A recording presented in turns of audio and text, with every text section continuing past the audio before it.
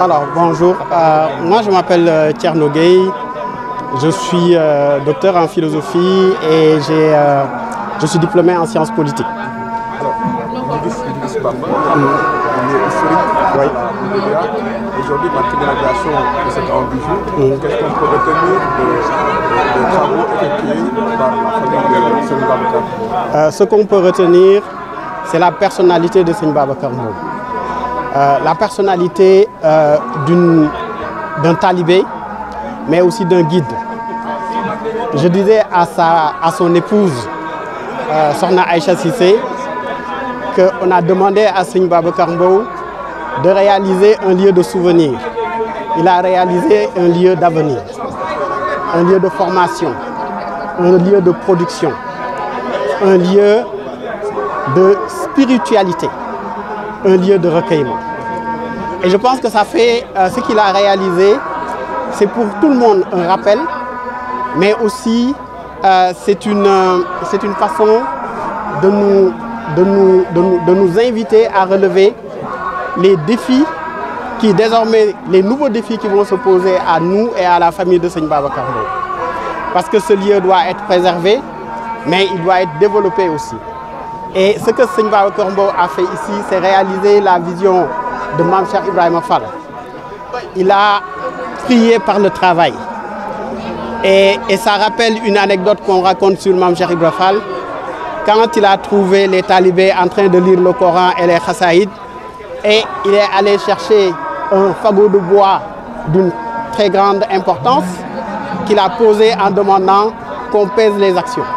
Ça veut dire que Mame Cheikh Ibrahima Fall était résolument orienté vers l'action et il nous invite à nous orienter vers l'action.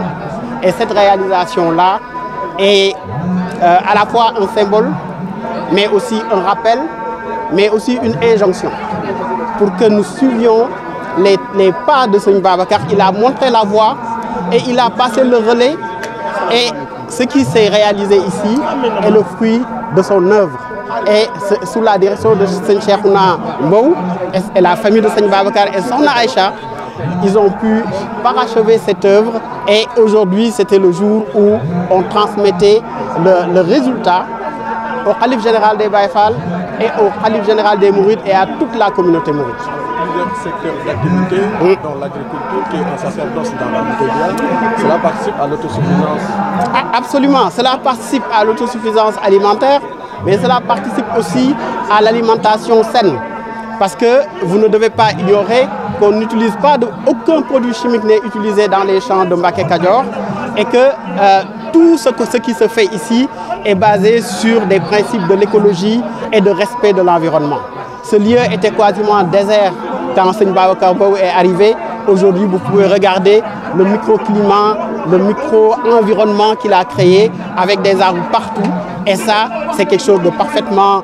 c'est le résultat en fait du travail de Serigne Babacar Mbow et de ses convictions qui ont fait qu'il a embarqué dans ce travail-là sa famille, les talibés et la communauté, on va dire, internationale.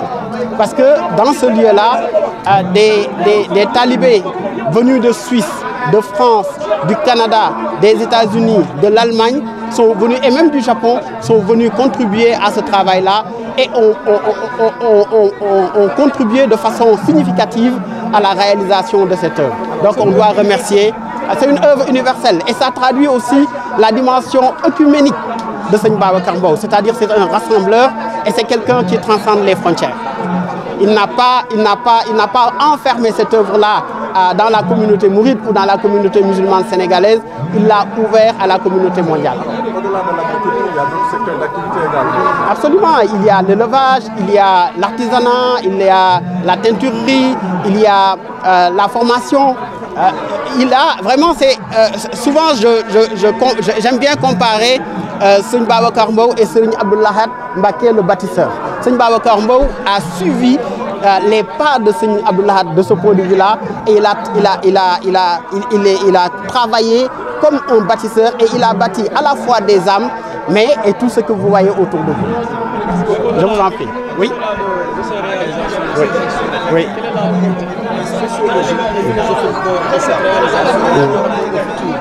Mais la portée, sociologique, c'est qu'il a recréé un environnement avec en refixant des populations qui étaient destinées à fuir la sécheresse, la pauvreté. Il a recréé des richesses et en créant des richesses, non seulement il a fixé des populations, mais il a fait revenir des gens qui avaient déserté leur village.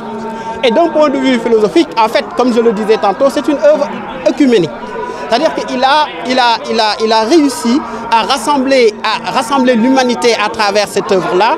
Et il a réussi à montrer que ce que nous faisons ici à Mbacké Kadior, ce qu'il a fait ici à Mbacké Kadior, est un exemple qu'on peut exporter partout dans le monde parce que c'est un modèle et c'est une innovation.